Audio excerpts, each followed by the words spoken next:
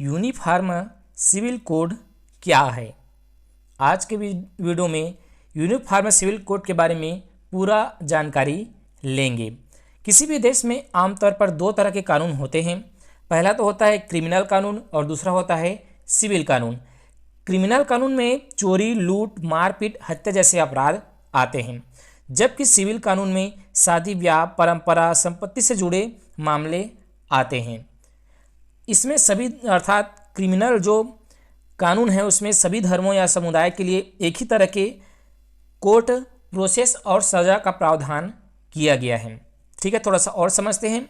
यानी criminal code, हम criminal code को पहले समझ रहे हैं, क्रिमिनल कानून को।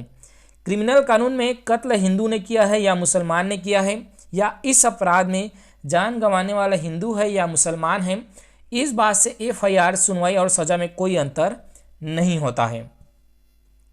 लेकिन सिविल कानून में सज़ा दिलाने के बजाय सेटलमेंट या मुआवजे पर जोर दिया जाता है।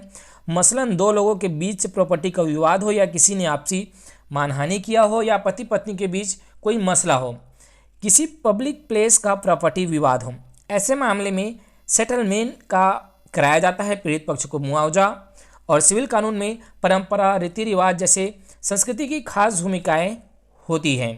तो इस तरह के जो सिविल कानून हैं उसमें अलग अलग धर्म के लिए अलग अलग कानून बनाया गया है। जैसे कि यहाँ पर देखेंगे आप, तो शादी, ब्याह या संपत्ति से जुड़ा मामला सिविल कानून के अंदर आता है। भारत में अलग अलग धर्मों के लिए शादी, ब्याह, परंपरा, संपत्ति से जुड़े मामले में रीति रिवाज, संस्कृति, परंपराओं का खास महत्व होता है।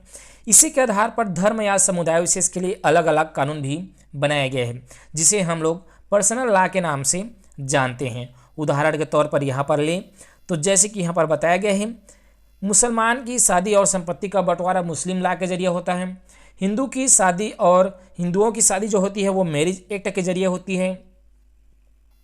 ठीक इसी प्रकार ईसाई और सिख धर्म के लिए भी अलग अलग बनाए गए हैं। अगर ये जो लाए जाएंगे यूनिफॉर्म सिविल कोड, अगर ये लाया जाता है तो सभी तरह के पर्सनल लॉ खत्म हो जाएंगे और भारत में रहने वाले हर नागरिक के लिए निजी मामलों में भी एक समान कानून होगा, चाहे वो कोई भी धर्म या जाति से बिलोंग करता हो।